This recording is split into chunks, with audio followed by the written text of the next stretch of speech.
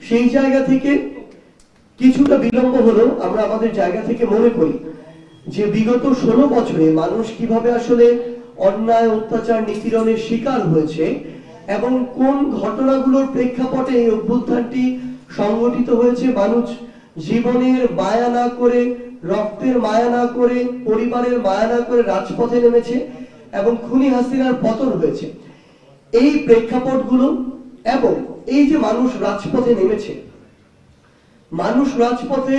জীবনের মায়া ত্যাগ করে নামার পিছনে কিছু কারণ ছিল। প্রত্যেক মানুষের মনে কিছু স্বপ্ন ছিল, আকাঙ্ক্ষা ছিল, একটা স্পিরিট ছিল। এই স্পিরিট গুলো কি ছিল এবং সামগ্রিকভাবে এই যে আমাদের জুলাই বিপ্লব, এই বিপ্লব থেকে আগামী বাংলাদেশের মানুষ যারা এই অভ্যুত্থানের সাথে সম্পৃক্ত ছিল, যারা ফ্যাসিস্ট বিরোধী আন্দোলনে প্রত্যক্ষ এবং পরোক্ষভাবে অংশগ্রহণ করেছিল, তাদের প্রত্যাশা কি, আশা, আকাঙ্ক্ষা কি। আমরা আমাদের জায়গা থেকে মনে করি এই সামগ্রিক বিষয়গুলো আমাদের এই জুলাই বিপ্লবের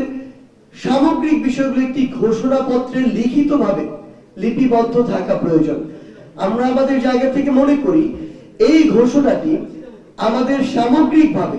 পুরো বাংলাদেশের একটি লিখিত দলিল হিসেবে থাকবে, যেই দলিল আমাদের নতুন করে যে স্বপ্নগুলো, সেই স্বপ্নগুলোকে ধারণ করবে, যেই দলিল আমাদের বিগত সিস্টেমগুলোকে রিজেক্ট করবে, নতুন যে সিস্টেমগুলো আমরা প্রত্যাশা করি সেগুলোকে বাস্তবায়নের পথ দেখাবে। আমরা মনে করি আমাদের এই ঘোষণাপত্রটি বিগত যে সিস্টেমগুলো মানুষ আসলে তাদের জায়গা থেকে গ্রহণ করেনি এবং আগামীতে যে সিস্টেমগুলো মানুষ চায় তার মধ্যে পার্থক্যটি তৈরি করবে